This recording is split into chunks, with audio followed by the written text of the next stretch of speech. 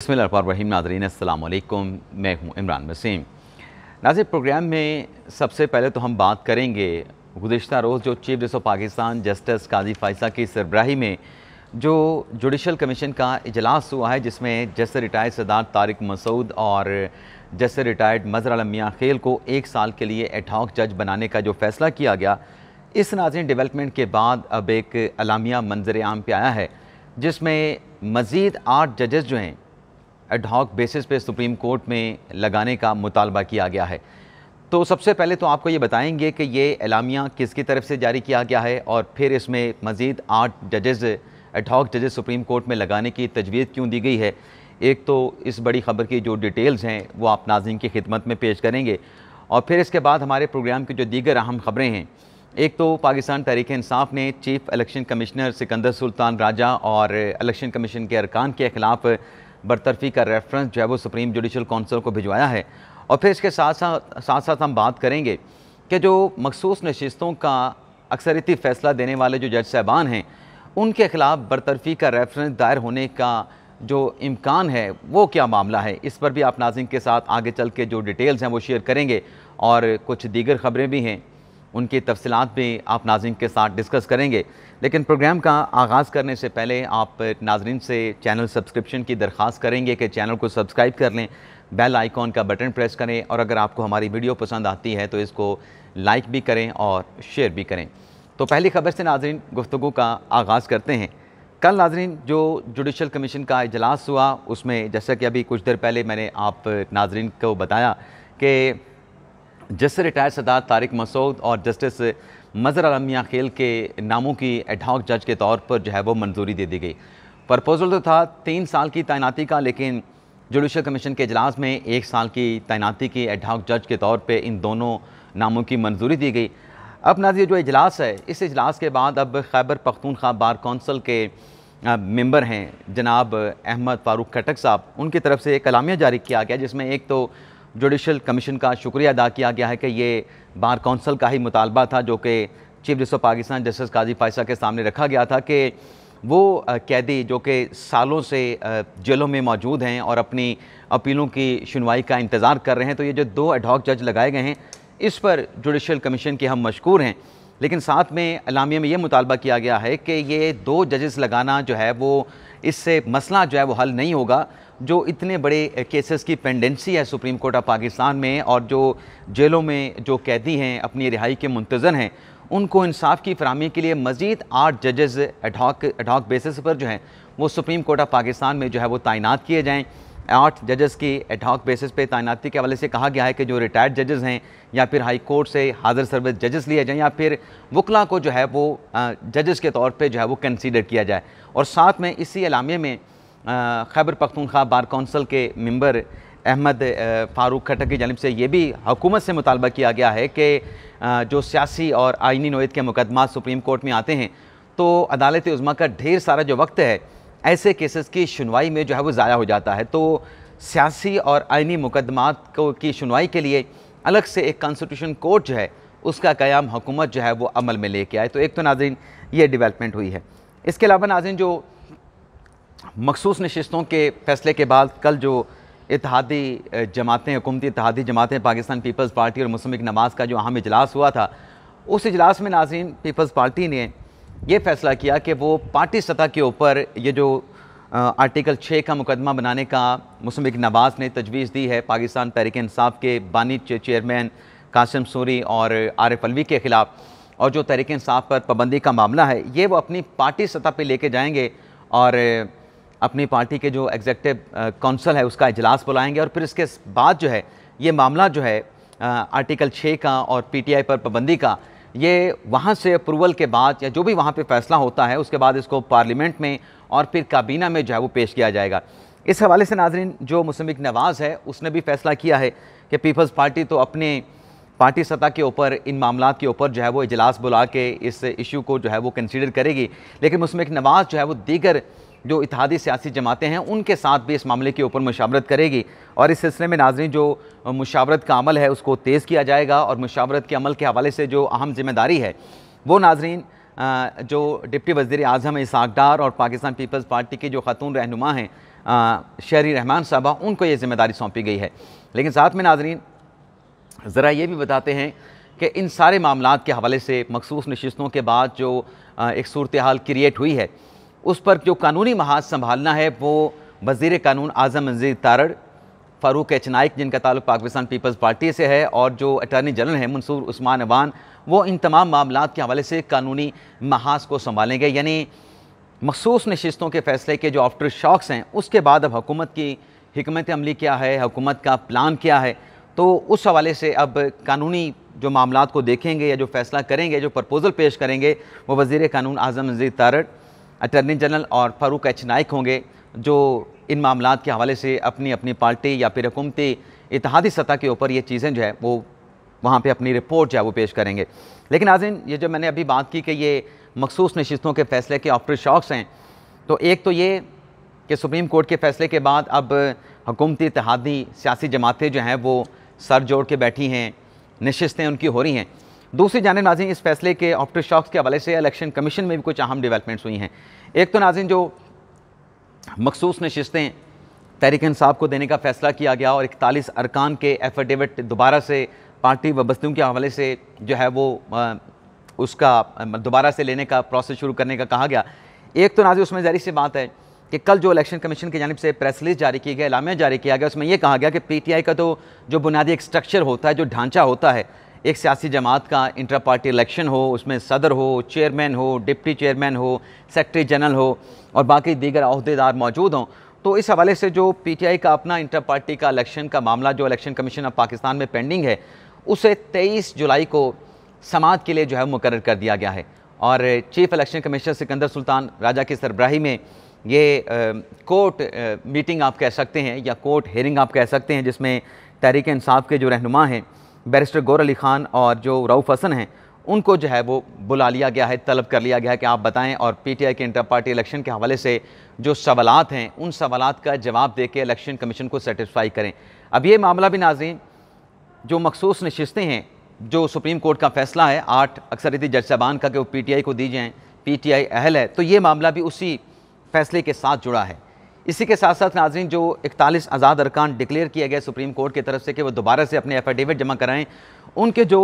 बयान हल्फी तहरीक इंसाफ की जानिब से इलेक्शन कमीशन ऑफ पाकिस्तान में जमा करवाए गए हैं, उन एफिडेविट के हवाले से भी इलेक्शन कमीशन ने यह फ़ैसला किया है कि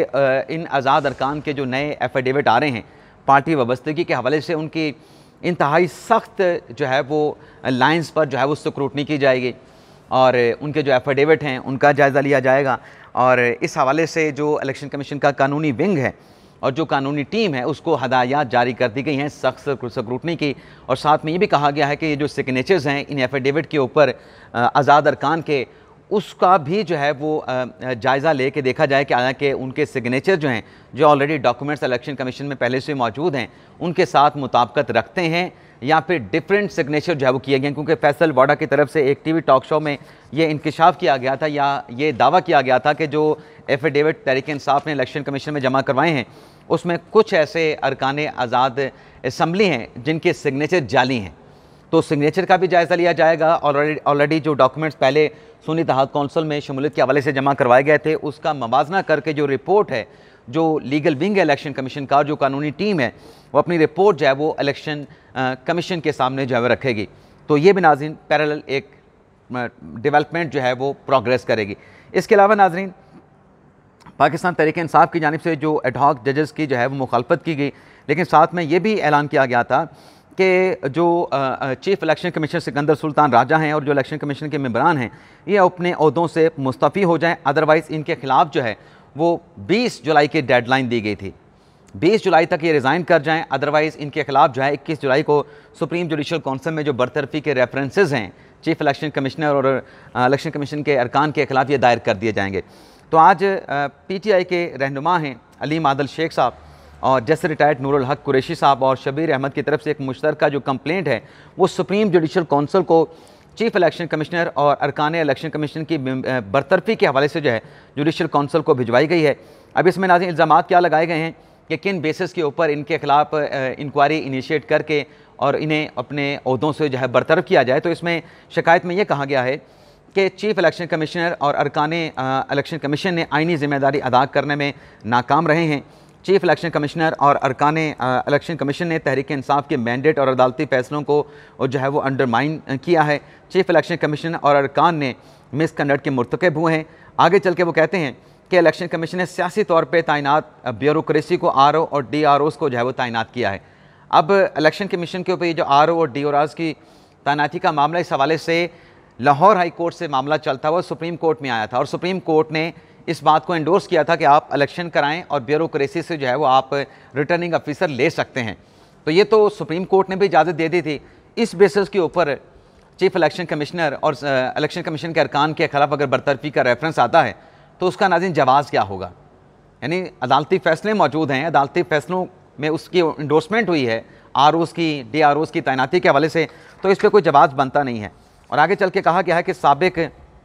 जो कमिश्नर रावलपिंडी ने इंकशाफ किया, रावलपिंडी के हर हल्के में नून लीग को 70,000 वोट जो है वो डलवाए गए हैं और जितवाया गया है। लियाकत चट्टा ने यह भी इंकशाफ किया कि चीफ इलेक्शन कमिश्नर और चीफ जस्टिस इस अमल में मुलव्वस हैं। इलेक्शन कमीशन ने PTI को पहले इंतखाबी निशान और फिर इसके नामजद अरकान को पार्टी के नाम से महरूम किया। चीफ इलेक्शन कमिश्नर और अरकान के इक़दाम से 12 करोड़ से ज़ायद वोटर मुतासर हुए। चीफ इलेक्शन कमिश्नर और अरकान पर आए इल्ज़ाम की इंक्वायरी की जाए। इंक्वायरी में इल्ज़ाम साबित होने पर चीफ इलेक्शन कमिश्नर और अरकान की बरतरफी की सिफारिश की जाए। यानी यहाँ पर जो PTI का अपना इंटर पार्टी इलेक्शन का जो मामला है, जिस पर अब दोबारा से 23 जुलाई को जो है वो हेयरिंग होने जा रही है इलेक्शन कमीशन की कोर्ट में। लेकिन जो पहले राउंड में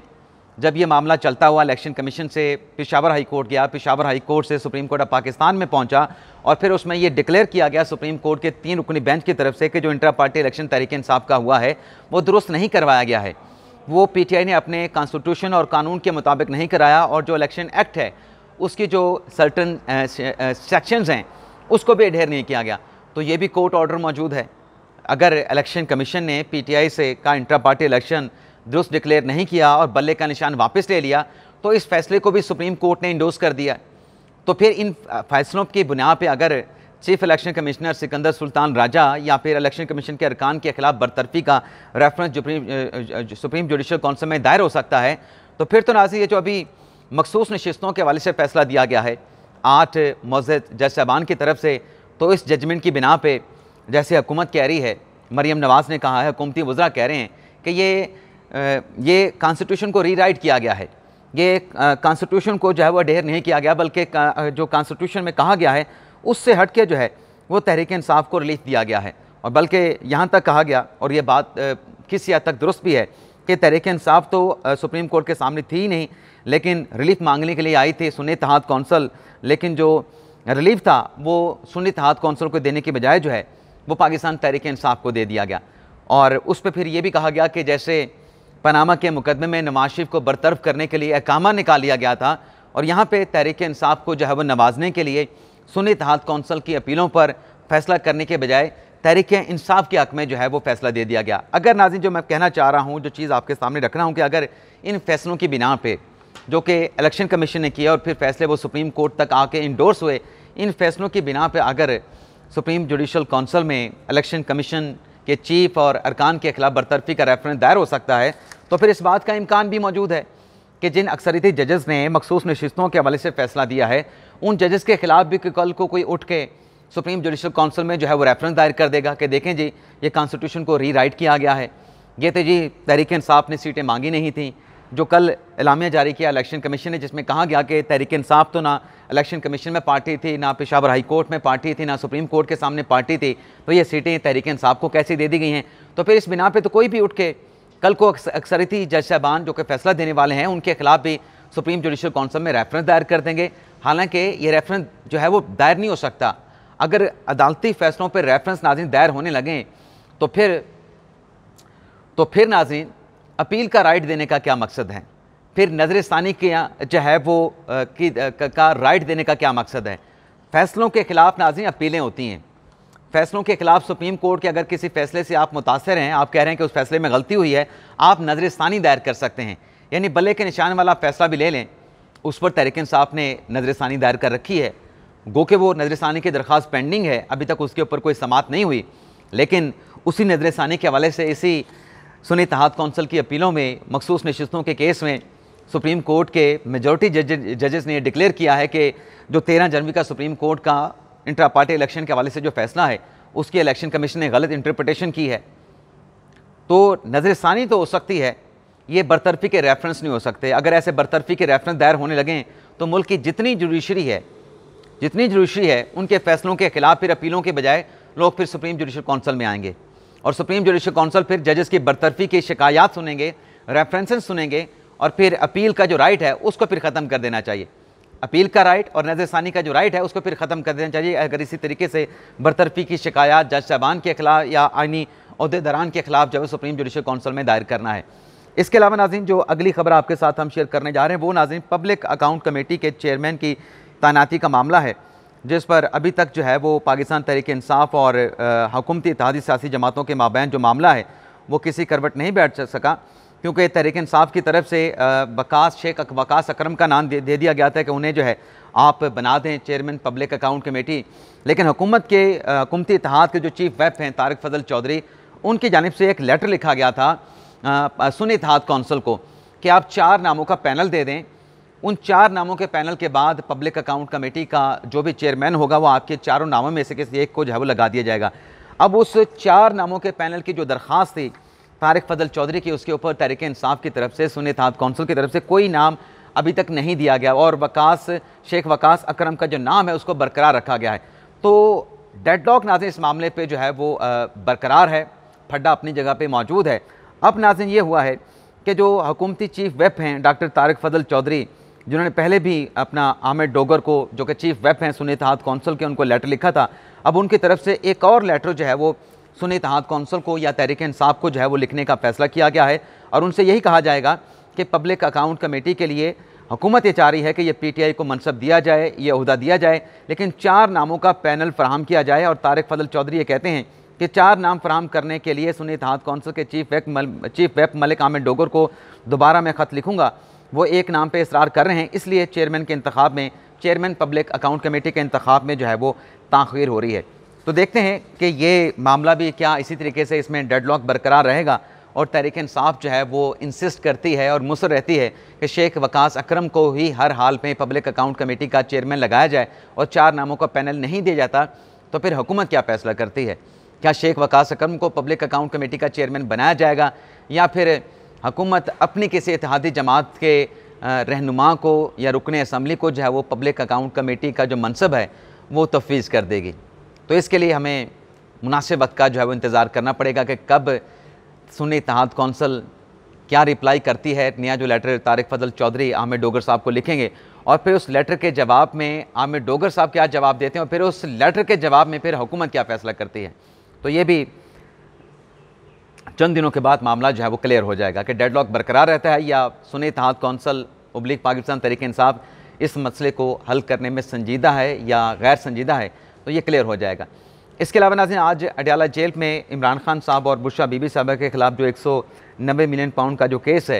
एहतसाब अदालत के जो जज हैं मोहम्मद अली वड़ाइश साहब वो इस रेफरेंस की समाअत करेंगे। अब तक तकरीबन कोई 32-33 गवाहों के बयानात जो हैं 190 मिलियन पाउंड केस में रिकॉर्ड हो चुके हैं। उन पर जो जिरा जो है वो लिंगर ऑन हो रही थी, वो जिरा का प्रोसेस भी मुकम्मल कर लिया गया है और आज 20 जुलाई है, तो आज अडयाला जेल में दोबारा से अदालत लगेगी और जो आखिरी 3 गवाहों ने, जिसमें परवेज़ खटक हैं, जिसमें अपने ज़ुबैदा जलाल साहबा हैं साबिक़ वफाकी वज़ीर, और इमरान खान साहब के साबिक़ जो प्रिंसिपल सेक्रेटरी हैं आज़म खान, उनके बयानात तो कलमबंद हो गए थे लेकिन जो जिरा थी वो रह गई थी। तो आज इन तीनों के ऊपर 20 जुलाई का दिन आज का मुकर्रर किया गया है कि जो प्रोसिक्यूशन इमरान खान साहब की डिफेंस की जो लीगल टीम है वो इनके ऊपर अपनी जिरा को मुकम्मल करेगी। तो देखते हैं कि आज इस केस में क्या कार्रवाई होती है और ख़ास तौर पे आज की समाअत के बाद, क्योंकि हर मरतबा जब अडयाला जेल में कार्रवाई होती है तो खान साहब मीडिया के नुमाइंदों के साथ गैर रस्मी गुफ्तगू करते हैं मुल्की सियासी हालात हाजरा पे। तो आज खान साहब देखते हैं कि ये जो मखसूस नशिस्तों का फ़ैसला आया है, इस पर जो हुकूमत ने महाज संभाला है, हुकूमत जो करने जा रही है, इलेक्शन कमीशन का जो एलामिया जारी हुआ है, उसमें इमरान खान साहब आप जो है साथियों के साथ गुफ्तगू करते हुए गैर रस्मी गुफ्तगू में क्या कमेंट्स करते हैं। इजाज़त चाहते हैं नाज़रीन, अल्लाह हाफ़िज़।